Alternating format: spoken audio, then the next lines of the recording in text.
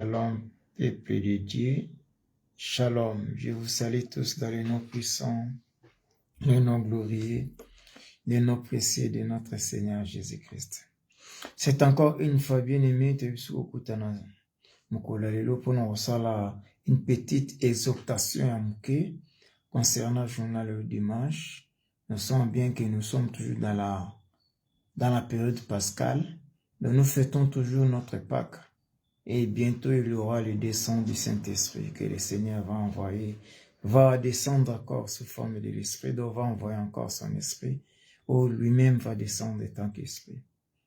Alors, on va commencer notre émission, et j'abandonne tout et chacun de nous entre les mains de l'Éternel. Que l'Éternel du Tout-Puissant, Père glorieux, puisse nous baptiser de son Esprit, et que l'Esprit de la révélation, l'Esprit de la vérité puisse nous conduire durant notre enseignement et sa main puissante puisse nous assister et que notre intelligence, l'intelligence ou la sagesse humaine puisse disparaître et que l'intelligence divine ainsi que la sagesse divine soit notre partage.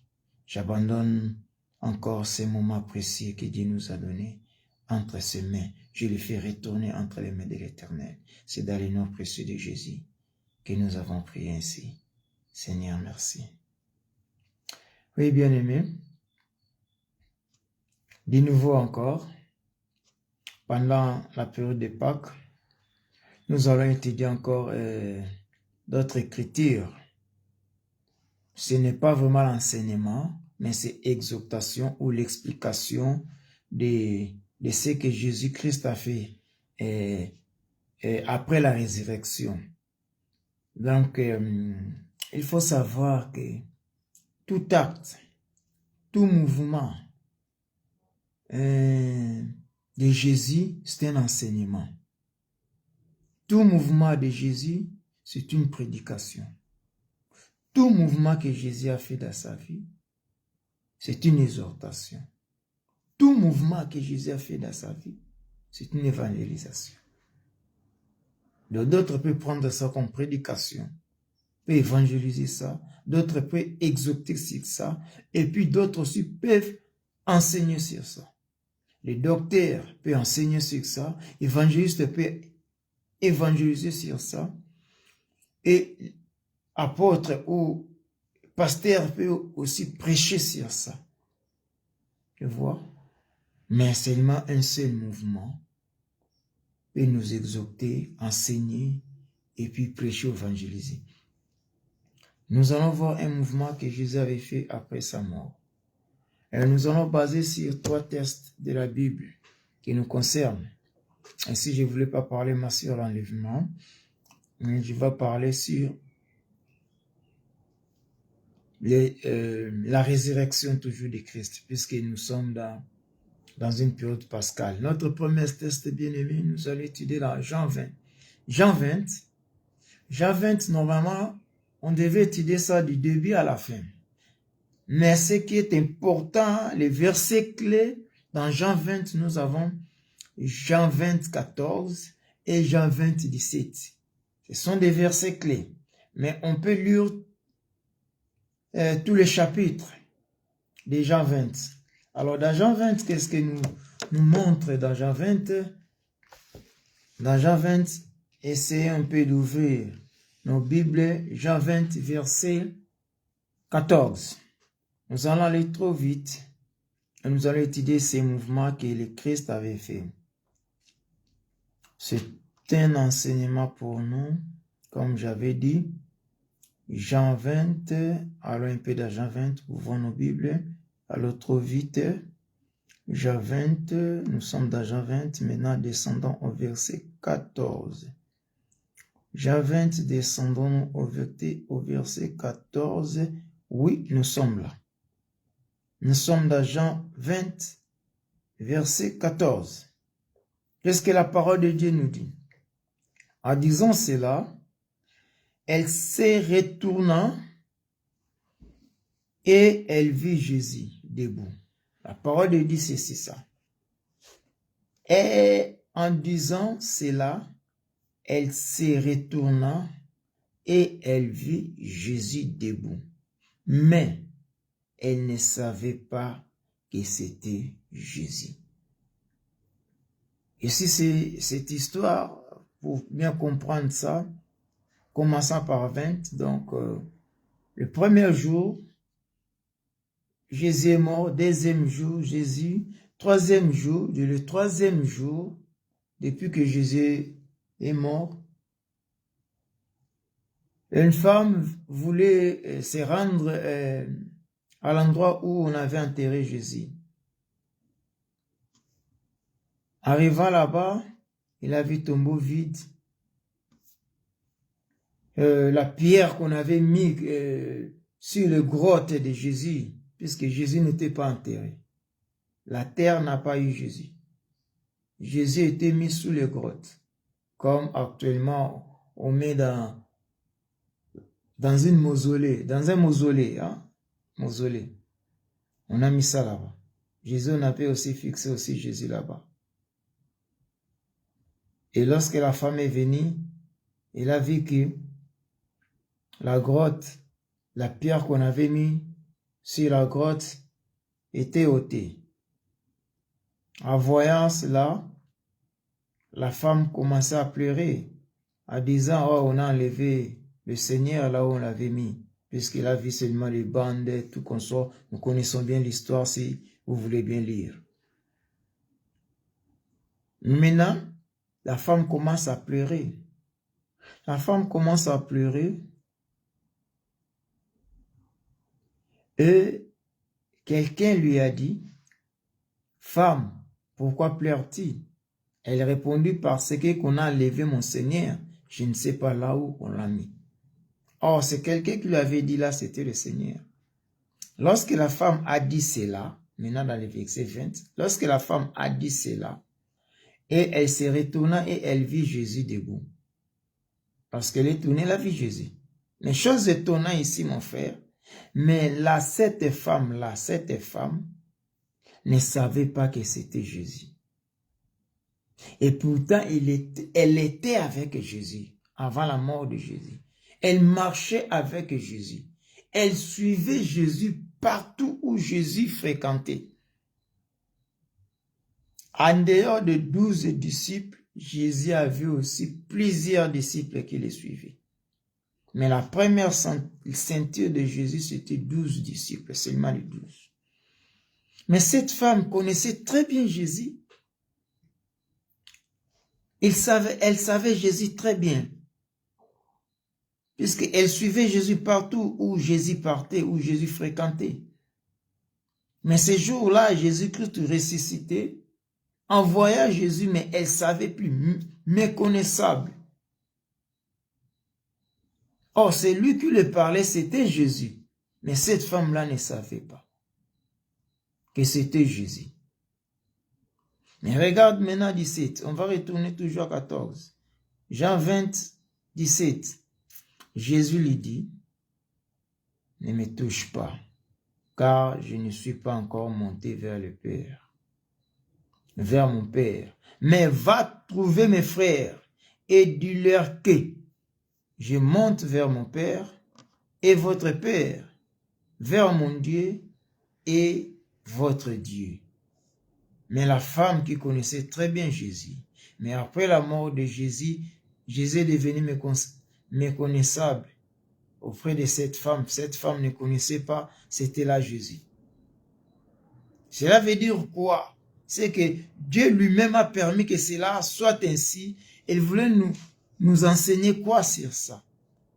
Vous voyez, bien aimé, nous disons toujours que nous mourrons avec Jésus et nous ressuscitons avec lui. Donc pour avoir une nouvelle vie, un nouveau mode de vie pour vivre. Donc nous mourons avec Jésus et nous ressuscitons avec Jésus. Vous voyez aussi, Jésus, il était mort, ressuscité, mais c'est lui qui est avec Jésus avant sa mort. Il connaissait bien Jésus, il marchait avec Jésus, on parlait, il mangeait, elle mangeait avec Jésus. Elle préparait aussi. Mais Jésus mort, ressuscité, la même femme méconnaissable. Elle ne connaissait pas Jésus. Elle ne savait pas que c'était Jésus. C'est ça, Seigneur veut nous montrer notre vie. Avant notre mort avec Jésus, on était avec des amis. Donc avant de croire au Seigneur, avant d'accepter le Seigneur comme Seigneur et Sauveur de notre vie, on avait une autre vie. On vivait sans Jésus. On avait des amis qu'on fréquentait dans des boîtes de nuit, qu'on fréquentait dans des hôtels, qu'on fréquentait dans des bars, qu'on fréquentait partout, sans Jésus. Mais le jour où tu avais accepté Jésus dans ta vie, cela veut dire que ton ancienne vie là, est mort. Donc tu es mort en acceptant Jésus. Tu es mort et ressuscité de nouveau. Donc tu es mort et tu es venu à la nouvelle vie, de la nouvelle naissance. On va voir ça. Maintenant, l'homme ne peut pas rester toujours le même. L'homme qui a accepté Jésus dans la vie, dans sa vie, cela veut dire qu'il faut qu'il doit subir cette transformation. Cette transformation. Avant Jésus n'est pas égal après Jésus dans notre vie. Avant Jésus, j'étais fumeur, buveur d'alcool, j'étais coureur de jupons, j'étais quelqu'un qui fait un pécheur, disons, en un seul mot, un pécheur. Alors lorsque j'ai accepté Jésus dans ma vie, cela veut dire que le monde que j'étais, le monde est mort. Lorsque le monde est mort avec moi, j'ai ressuscité, je dois laisser le monde. Jésus n'était pas ressuscité avec les bandes qu'on avait mis dans les tombeaux. Jésus est ressuscité, mais il a laissé les linges qu'on avait enterrés. Il a laissé ça au tombeau. Il n'était pas ressuscité avec ça. Donc nos comportements, nos mauvaises habitudes, nos mauvaises pensées, nos mauvais caractères, nos mauvaises vies, la vie ancienne qu'on a menée avant, ça doit être resté au tombeau. Maintenant, une nouvelle vie qu'on doit accueillir. Lorsque maintenant tu es ressuscité, cela veut dire que tu as accepté Jésus-Christ comme ton Seigneur, ton Sauveur personnel, alors ta vie ne sera plus la même. Il faut que ta vie change. Alors ceux qui étaient avec toi avant, lorsqu'ils te verront, ils ne vont plus te reconnaître. Ils ne vont plus te reconnaître que c'est toi. Il faut qu'il y ait un changement. Pas reconnaître physiquement, mais à partir de tes habitudes, comportements, caractère, ta façon de vivre, ce qui était avec toi avant que tu puisses accepter Jésus-Christ, ils vont t'étonner, ils ne vont plus te reconnaître comme si la femme. Jésus est avec lui. Mais Jésus, lorsque Jésus est mort, Jésus est ressuscité, mais la même femme qui est avec Jésus ne reconnaissait plus Jésus. Alors Jésus voulait nous dire que tout ce qui est mort dans les péchés, ils vont laisser les péchés dans les séjours des morts et ils vont ressusciter. En ressuscitant, ces gens-là que tu fréquentais auparavant, tes amis que tu fréquentais dans les boîtes de nuit, les amis que tu fréquentais dans les bars, dans les hôtels, tu fréquentais partout où vous vous promenez, partout dans... je ne sais pas où. Ils vont plus te reconnaître. Est-ce que c'est lui-là qu'on était toujours avec lui dans les boîtes de nuit? C'est lui-là qu'on était avec lui dans les... partout, dans les nganda, dans les bars, dans les restaurants pour, je sais pas pour faire quoi. Donc on fréquentait, c'est lui-là qu'on fréquentait ensemble avec lui. On va plus te reconnaître. Puisqu'on a vu à toi, tout a changé. Tu n'es plus le même ou la même personne. Tu n'es plus la même personne. Tu n'es plus le même homme. Ça doit porter un changement dans ta vie. Mais si tu es mort avec Jésus, tu es ressuscité, tu as changé la vie, tu as accepté Jésus, et que ces gens-là que tu étais avec eux dans le monde te reconnaissent toujours, alors bien-aimé, sache-toi que tu n'es pas encore changé. Tu n'es pas encore ressuscité. Tu n'es pas encore ressuscité. Il faut que ces gens que tu étais avec eux auparavant puissent se poser des questions. Est-ce que c'est lui ou ce n'est pas lui? Pourquoi? Non, il a changé. Il n'était pas comme ça. On lui téléphonait, il vient rapide pour aller boire. On lui téléphonait rapide pour aller dans des rendez-vous. On lui téléphonait rapide pour aller dans des discos, dans des boîtes de nuit. On lui téléphonait pour aller n'importe où, aller jouer dans les jeux hasard. On téléphonait pour aller dans les hôtels, tout ça. Il vient rapidement, mais maintenant il ne vient plus. Nous les reconnaissons plus. Qu'est-ce qu'il est devenu? Donc, on ne va plus te reconnaître. Lorsqu'on ne va plus te reconnaître, sache-le que tu es vraiment ressuscité. Puisque c'est aussi lorsque Jésus est ressuscité, même cette femme qui est avec elle chaque jour, qui est avec Jésus chaque jour, la Bible déclare qu'elle ne savait pas que c'était Jésus. Alors cela veut dire que Jésus nous enseigne que notre vie va changer. Avant Jésus, après Jésus, ce n'est plus là. Le même. La vie doit changer. Avant Jésus, on fréquentait partout. On n'avait pas des interdictions. Mais après la résurrection, il y a des interdictions. Notre vie va changer. Maintenant, ceux qui étaient avec nous avant, ils ne vont plus nous reconnaître. Ils vont plus nous reconnaître. Si les gens te reconnaîtraient toujours, cela veut dire que tu n'as pas encore changé la vie. Cela veut dire que tu n'as pas encore ressuscité. Tu n'as pas encore reçu Jésus-Christ dans ta vie. Tu n'es pas encore mort et tu n'es pas encore ressuscité. Car maintenant à 17, nous venons de lire à 17, Jésus lui dit, ne me touche pas. Pourquoi? Puisque la femme voulait toucher Jésus. Mais Jésus a dit, ne me touchez pas. L'interdiction. Lorsqu'on reçoit Jésus, des personnes qu'on fréquentait avec eux, ce ne sont plus les mêmes personnes qu'on continue toujours à fréquenter. Ils ne pouvaient pas te toucher. Toucher, cela veut dire quoi? Fréquenter. Aller encore dans les endroits où auparavant vous fréquentez.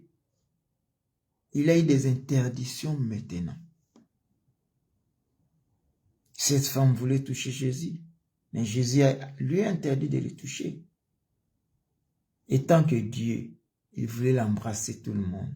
Mais si Jésus avait interdit à la femme de ne pas toucher, il y a un enseignement, il y a une exhortation, il y a une prédication là-bas dedans. Cela veut dire que c'est à nous qu'avant notre mort, on fréquentait avec des amis, on ne connaissait pas Jésus. Mais nous avons accepté Jésus, cela veut dire nous sommes morts et ressuscités. Lorsque maintenant nous sommes ressuscités, nous avons reçu Jésus dans notre vie. Alors c'est là qu'on était avant avec eux. Nous ne pouvons pas encore aller fréquenter aussi avec eux, dans des milieux qu'on fréquentait. Alors il faut qu'il y ait des interdictions maintenant. Ils ne pouvaient pas nous toucher. Prenons l'exemple que j'étais dans le monde sans Jésus. Les sorciers voulaient faire de moi tout ce qu'ils veulent. des paroles de libation, des envoûtements, des malédictions, tout ce que veut, tout, Satan peut le faire, tout, il peut me toucher, peut me donner même la maladie, peut me donner même le mot de tête, mot de dos, peut me donner même mot de ventre, peut me donner tout ce qu'il veut, il peut me toucher. Mais lorsque maintenant j'ai accepté Jésus, donc cela veut dire maintenant que je suis mort et ressuscité de nouveau. Tout qui me touchait, tout cela qui me touchait avant, après la résurrection, ne pouvait pas encore me toucher. Il ne pouvait pas me toucher. Satan encore ne pouvait pas encore te toucher. Ou les diables ou les sorciers ne pouvaient pas te toucher puisque tu es devenu une autre personne. Tu es né de nouveau. Il faut qu'il y ait maintenant des interdictions. Comme la femme voulait toucher, le Seigneur lui a interdit de ne plus le toucher. Cela veut dire, lorsque il touchait Jésus, avant sa mort, cette femme touchait Jésus. On se parlait, mangeait, fréquentait. Et même la femme l'a touché, même son vêtement, sa robe. Elle était guérie de sa maladie, du sang coulé. Jean même a pris sa tête, dépose ça, se repose souvent à la poitrine de Jésus. Il touchait. Maintenant, Jésus est mort. Jésus est ressuscité. Puisque Jésus est devenu malédiction pour nous. Jésus est venu malédiction pour nous. Lorsqu'il est mort, il a laissé tout dans les tombeaux. Les linges qu'on lui avait emballés, ça restait au tombeau. Il est sorti. Il n'est plus maintenant les mêmes. La malédiction est tombée. Toi aussi, lorsque tu es mort avec Jésus, tu dois tout laisser dans les tombeaux. La calomnie, la haine et la jalousie. L'orgueil, les querelles, les mensonges. Ça doit rester au tombeau. Maintenant, lorsque tu es ressuscité, ceux-là qui fréquentaient avec toi avant ne pouvaient plus encore te fréquenter. Ils ne pouvaient pas encore te toucher. Tu ne pouvais pas encore permettre que ces gens-là puissent venir encore. Si la maladie t'est touchée, après ta résurrection, la maladie n'a pas de place. Tu vas l'interdire. Tu as maintenant une autre puissance. Tu as accueilli une autre puissance, c'est la puissance de la résurrection. Et tant que chrétien, et les sorciers ne pouvaient plus encore t'envoûter. La malédiction ne pouvait pas encore t'atteindre. Leurs paroles de libation ne pouvaient pas encore t'atteindre. Les lois établies ne te concernaient pas. Ne pouvaient pas encore t'atteindre. Les déclarations, les réclamations ne pouvaient plus. Puisque tu es né de nouveau, tu es ressuscité, tu as accueilli une nouvelle vie. Tu as subi la transformation, une nouvelle naissance. Alors tout ce qui est avant ne pouvait plus te toucher. Ne pouvait plus te toucher. Alors, et là, cela ne pouvait plus encore te reconnaître. Ne pouvait plus encore te reconnaître, est-ce que c'est lui ou ce n'est pas lui. Puisque tu es venu une autre personne. Tu es venu une personne mise à part. Vous voyez? Alors, si nous allons encore plus loin, nous allons lire Jean 3, 3, et puis nous sommes presque faits à notre exhortation, puisque j'avais dit que ce n'est pas l'enseignement, mais c'est une petite exhortation dans Jean 3, 3. C'est l'histoire de Nicodème. Nicodème venant le soir, lui qui est docteur de la loi, théologien de haut niveau, un théologien de haut niveau. Théologien de haut niveau. Venez vers Christ le soir. Venez vers celui qui n'a pas étudié, celui qui n'a même pas fréquenté l'école maternelle. Mais un théologien de haut niveau, docteur en loi, docteur en loi est venu, c'est Nicodème. Regarde ce que Jésus lui a dit dans Jean 3, 3. Mais on peut commencer même dans Jean 1, dans Jean 3, 1, 2, jusqu'en bas. Mais ici, je prends seulement Jean 3:3, puisque c'est l'exhortation, ce n'est pas l'enseignement. Dans Jean 3:3 nous dit, Jésus lui répondit, en vérité, je te l'ai dit. Si un homme n'est né de nouveau, il ne peut voir le royaume de Dieu. Donc, si un homme n'est né de nouveau, il ne peut voir le royaume de Dieu. Et il faut naître de nouveau. Car Jésus-Christ parlait de la mort et de la résurrection. Puisque Nicodème s'est étonné comment un jeune homme est devenu déjà vieillard, retourner encore dans le ventre de sa maman et naître encore de nouveau. Alors Jésus, notre Seigneur, parlait de la Pâque que nous fêtons. Il faut mourir et ressusciter de nouveau pour avoir une nouvelle vie. On a parlé ça ici. Donc, tout un homme ou toute une personne qui n'a pas subi cette transformation, toute une personne qui ne meurt pas avec Jésus et ressuscité, il n'est pas digne du royaume des cieux. Pour que tu puisses entrer dans le royaume des cieux, il faut que tu puisses naître de nouveau, donc mort dans les péchés et ressusciter en Jésus-Christ avec lui. Or, maintenant, cette transformation-là, cette permutation-là, c'est ça le chemin. Car Jésus a dit, je suis le chemin. Nul ne peut aller chez le Père, au Père, sans passer par moi. Nul ne peut entrer dans le royaume des cieux sans passer par moi. Ici, il a dit, personne ne peut voir le royaume de Dieu sans passer par la nouvelle naissance. Or, lui-même a dit que je suis le chemin. Nul ne peut aller au Père sans passer par cette voie. Donc, cette voie-là de mort et ressuscité, c'est le chemin-là, c'est Jésus. C'est le chemin-là, c'est Jésus.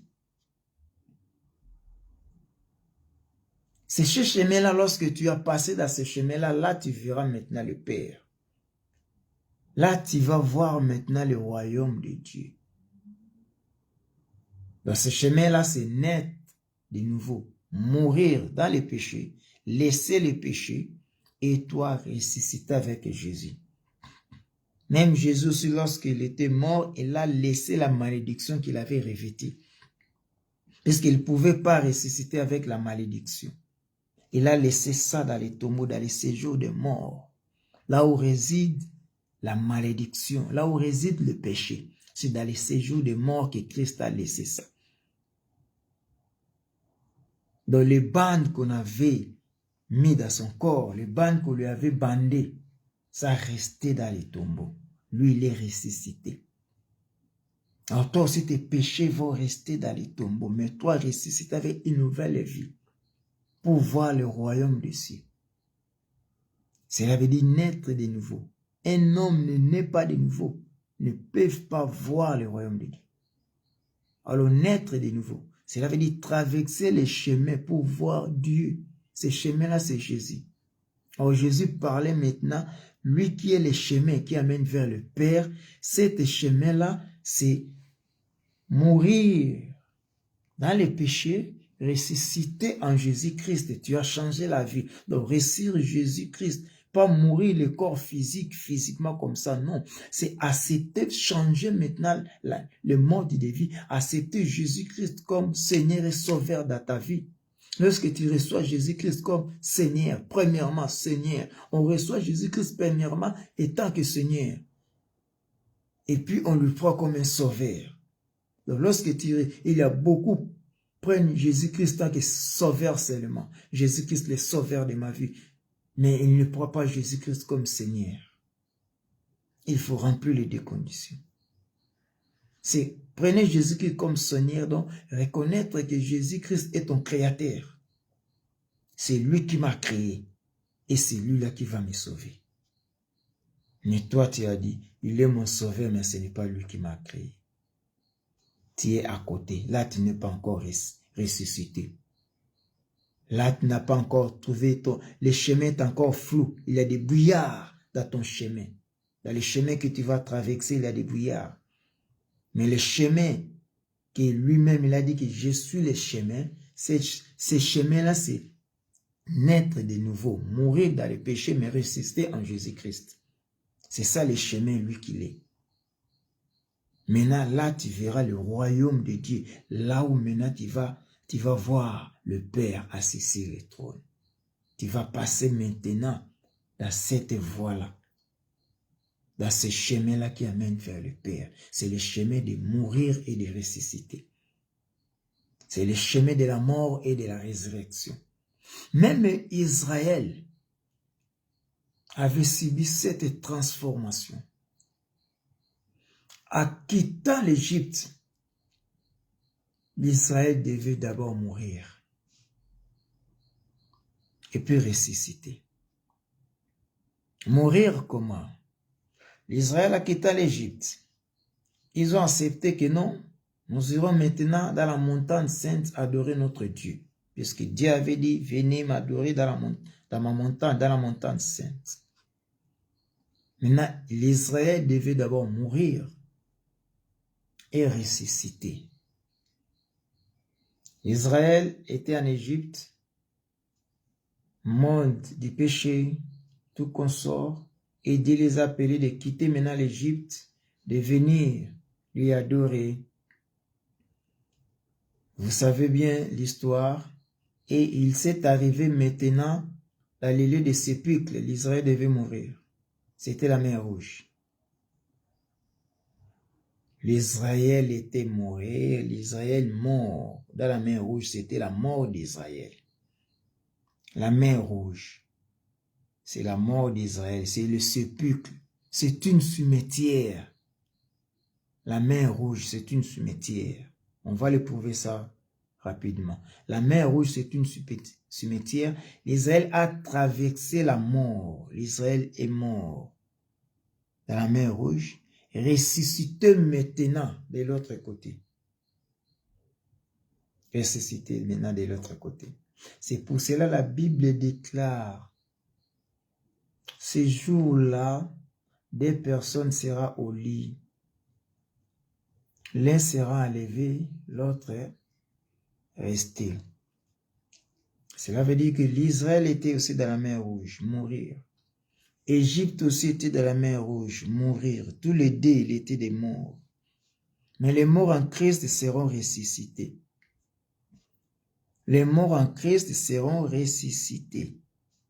Comme l'Israël c'était de l'Éternel, l'Israël a reçu la vie. L'Israël est ressuscité. Il est sorti. Mais ceux qui n'étaient pas en Christ sont restés toujours dans les sépulcres, dans les tombeaux, dans les séjours des morts. Vous avez vu que la mer a englouti l'armée. Toute une armée puissante de l'Égypte, engloutie par l'eau. Donc ils ont resté dans les tombeaux et n'ont pas ressuscité. Or, ils étaient ensemble, parcourir l'un après l'autre. Parcourir. L'Israël devant, eux aussi devant, et l'Israël est tout dans la mer. Mais l'autre est ressuscité, est sorti dans les tombeaux. L'un est sorti dans les tombeaux, l'autre est resté dans les tombeaux. Donc l'Égypte était comme le péché pour l'Israël. Le péché d'Israël, c'était l'Égypte. Lorsque l'Égypte a traversé la mer Rouge, l'Égypte est mort dans la mer Rouge. L'Israël, lorsqu'il est mort dans la mer Rouge, il devait laisser le péché dans la mer Rouge et ressusciter. Or, le péché d'Israël, c'était l'Égypte. L'Égypte est engloutie par l'eau, absorbée par l'eau. Et maintenant, l'Israël est sorti. Ça veut dire l'Israël est ressuscité. Car il était mort dans la mer Rouge, enseveli dans la mer Rouge, et puis il est ressuscité. Donc, les traversées d'Israël sur la mer Rouge, c'était aussi leur résurrection. C'est pour cela, et ils fêtent aussi leur Pâques comme ça. Dieu les a libérés. Donc, et aussi, il était mort et ressuscité. Nous aussi, notre Pâques, cela veut dire, nous sommes morts avec Jésus-Christ. Et nous ressuscitons en lui. Nous ressuscitons en Jésus. Alors nos péchés, ça doit être resté dans les tombeaux. Et si le Seigneur enseignait déjà Nicodème la nouvelle naissance qui doit passer par la mort et la résurrection, que Nicodème ne comprenait pas, qu'il faut naître de nouveau pour voir le royaume des cieux. Si tu n'es pas de nouveau, tu ne peux pas voir le royaume des cieux.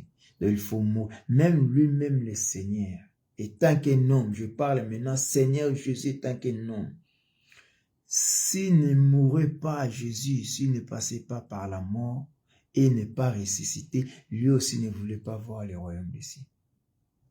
Lui aussi, étant qu'un homme, ne pouvait pas voir le royaume des cieux. C'est pour cela lui-même, il était mort et ressuscité, lui aussi, pour voir le royaume des cieux. Lui aussi devait passer par le chemin qui est lui-même. Lui aussi, Jésus étant que Seigneur et Sauveur, il devait passer par ce chemin qui est lui-même. Le chemin de la mort et de la résurrection, qui est le chemin lui-même. Il a traversé dans le chemin là. Qu'il est mort et ressuscité. Il a laissé la malédiction qu'il avait portée dans les tombeaux. Ce qu'on lui avait bandé, enseveli, ça restait dans les tombeaux. Et lui, il est ressuscité. C'est pour cela qu'il avait dit même à la femme, dans Jean 20, 17, que je monte vers mon Père. Voilà les chemins. Que lui-même est les chemins, mais il va traverser aussi dans les chemins qui est lui-même. Si lui ne mourait pas et ressuscitait pas, même lui-même, le Seigneur, ne pouvait pas voir le royaume de Dieu. Car lui-même, il a dit.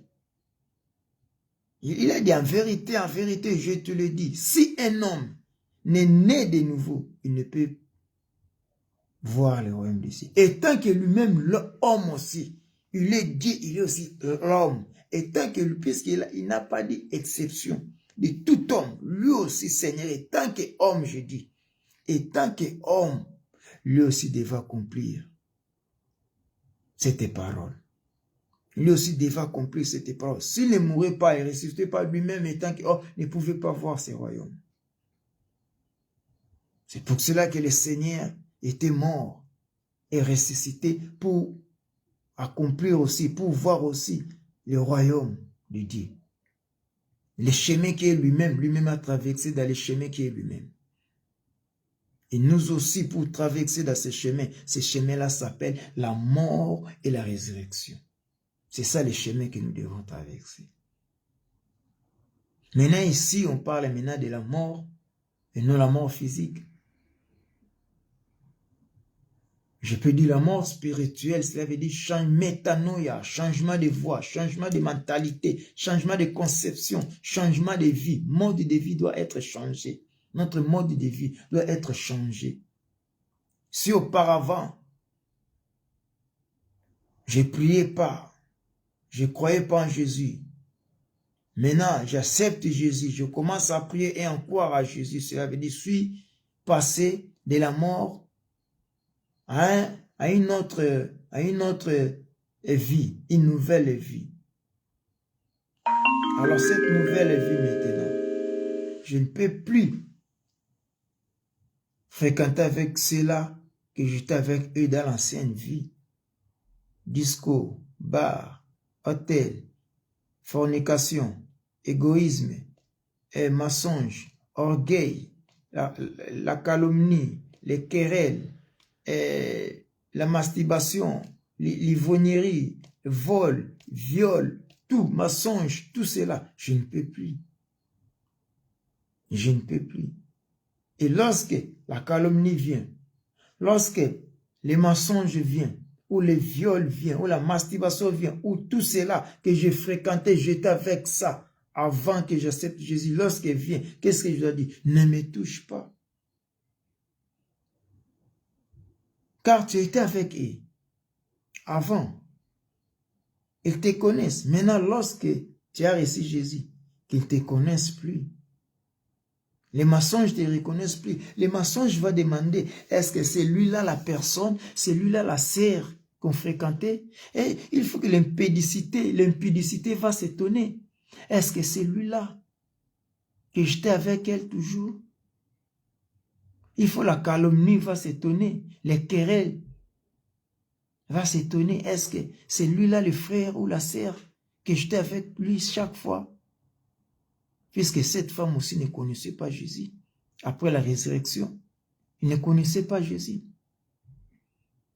Mais lorsqu'il voulait aussi toucher Jésus, il a eu l'interdiction de ne plus me toucher. Alors lorsque les querelles ne te reconnaissaient pas, même les mensonges.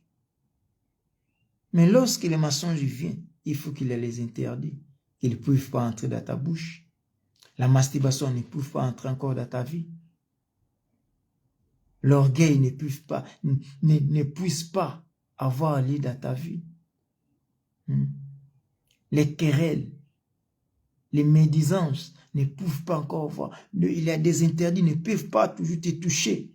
S'ils te touchaient, puisque tu étais avant même la mort et la résurrection. Maintenant, tu as passé la mort à la résurrection. Toutes ces choses-là ne pouvaient pas te toucher. Même la maladie ne pouvait pas te toucher. Si tu es vraiment enfant de Dieu. L'ignorance part, tombe. Querelle part, tombe. Ne pouvait pas toucher ta vie. Ne pouvait pas toucher ta vie. L'ivrognerie part. L'orgueil part. Ne pouvait pas toucher ta vie. Il touchait ta vie lorsque tu étais avant la mort. Maintenant, tu es mort et ressuscité. Il faut qu'il y ait le changement, le métanoïa. Il ne pouvait pas toucher ta vie. Il ne pouvait pas toucher ta vie. Oui, bien aimé, ce n'était pas l'enseignement. Il ne pouvait pas aller trop loin de cette exhortation. C'était seulement l'exhortation de quand Jésus parle, je suis le chemin, on a parlé sur ce chemin. Et le chemin que nous sommes en train de traverser, nous tous, période de Pâques, c'est le chemin. C'est mort en Jésus et ressuscité. Mort avec Jésus et ressuscité en Jésus. Mort avec Jésus et ressuscité en Jésus.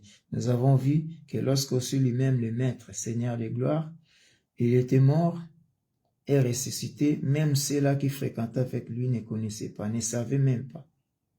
Ne savaient pas que c'était Jésus. Et même il voulait les toucher. Jésus lui a interdit de ne plus les toucher. De ne plus les toucher. Vous voyez? De ne plus les toucher. Dans notre vie aussi, c'est ça. Lorsque nous recevons Jésus dans notre vie, cela veut dire nous sommes morts et ressuscités. C'est là qui est avec nous. Il ne pouvait plus nous reconnaître. Il ne pouvait plus nous reconnaître. Je prends l'exemple de la maladie. Je prends l'exemple de l'impudicité, la fornication, les querelles, l'orgueil, les mensonges, les mauvaises pensées, les mauvaises idées. Ne pouvaient plus nous reconnaître, donc ne pouvaient plus nous toucher. Ne pouvaient plus nous toucher. Si l'orgueil est toujours là, l'impudicité, la fornication, les querelles, l'orgueil et tout consort est toujours là, c'est que tu n'es pas encore ressuscité. Quelqu'un qui est ressuscité, il faut qu'il y ait un changement, qu'on ne pouvait plus le reconnaître que c'est lui. Même tes amis physiques, ils vont plus te reconnaître que c'est toi. On buvait l'alcool, on fumait les chambres, on faisait tout. Dans les boîtes de nuit, dans les hôtels, des coureurs de jupettes. Ou de piquer des hommes d'autrui, de piquer les femmes d'autrui, de sortir avec des femmes mariées, de sortir avec des hommes mariés. Aux anambali misat avoir des 3 ou 4 hommes à la fois, ou de voir 4 ou 5 filles à la fois. Tu fréquentais 5 filles à la fois. Tu fréquentais 3, 4 ou 5 hommes à la fois. Mais lorsque tu es ressuscité, ces hommes-là, il faut qu'il y ait un changement. Ils ne pouvaient plus te reconnaître. Est-ce que ça, c'est une Janine qu'on connaissait? C'est Jeanne ou Angèle ou Françoise ou Thérèse ou Arlette que nous connaissons? Il faut que ces hommes-là puissent poser des questions. Puisque en toi, ils ont vu un changement. Il y a eu des interdictions, ils ne pouvaient plus encore te toucher. Il faut que des femmes, des filles-là voient, est-ce que c'est lui, Mathieu, Alain, Roger, José, Héritier, Patrick, Bernard ou André ou Mathieu ou Ézéchiel, c'est lui-là qu'on était avec. Non, il faut que ces femmes-là puissent poser la question. S'ils te reconnaissent toujours, sache-toi que tu n'es pas changé. Il faut qu'ils voient en toi un changement, qu'ils posent des questions. Et il y aura des interdictions. Ils ne pouvaient plus encore te toucher. Gens qu'on était touchés, gens qu'on avait touchés. Matthieu qu'on était la possibilité de toucher, qu'on avait la possibilité de toucher. Alain qu'on avait la possibilité de toucher. Maintenant, il a eu des interdictions de ne plus me toucher. De ne plus me toucher. Mais c'est toujours des gens, des Matthieu, des Luc, des Marc qui commençaient toujours à te toucher comme tu étais avant et après toujours la même. Si des Jeanne, des Arlette, des Elissa, des Janine, des Marie commençaient toujours à les toucher. Et pourtant que tu dis que non, je suis mort en Jésus et suis ressuscité en Jésus, mais elles commençaient toujours à te toucher. Sache-toi que tu n'es pas encore ressuscité. Tu n'es pas encore ressuscité. Même l'Israël, lorsqu'il a quitté l'Égypte, il était mort dans la mer Rouge et ressuscité de l'autre côté. Ils étaient plus des esclaves.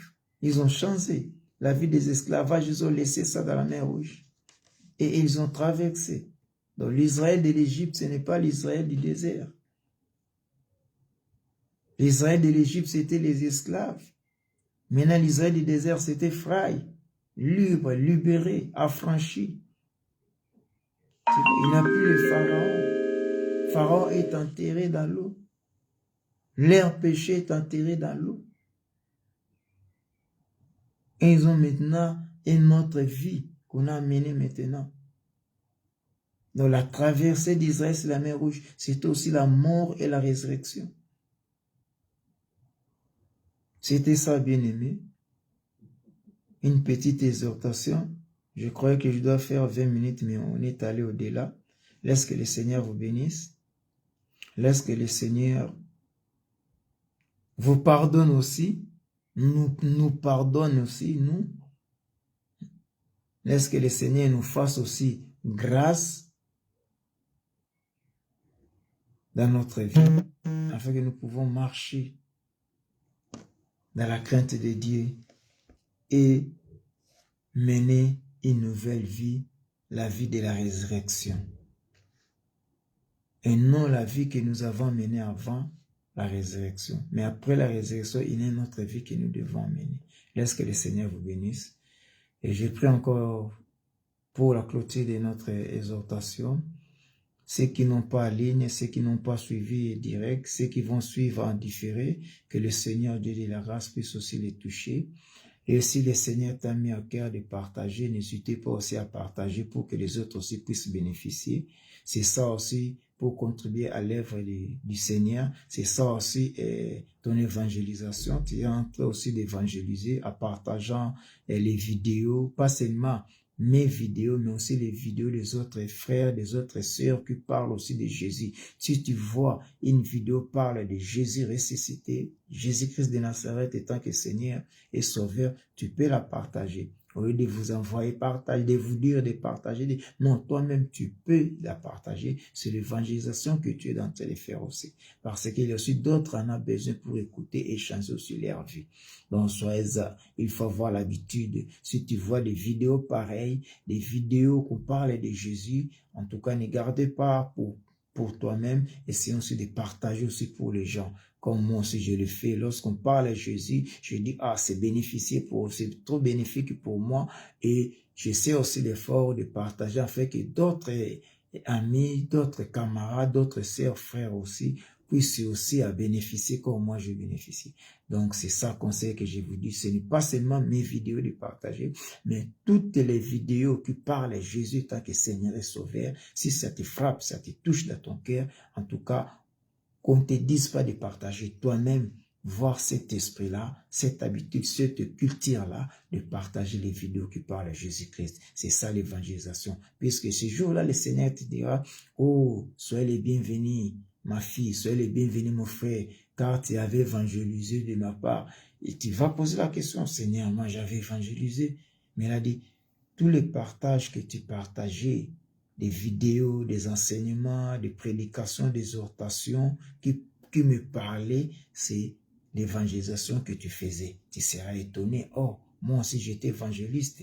Oui, tu es évangéliste en partageant des vidéos pareilles. Laisse que le Seigneur, le Dieu de la gloire, vous bénisse. On se verra, je crois, à la prochaine vidéo. Ciao, ciao.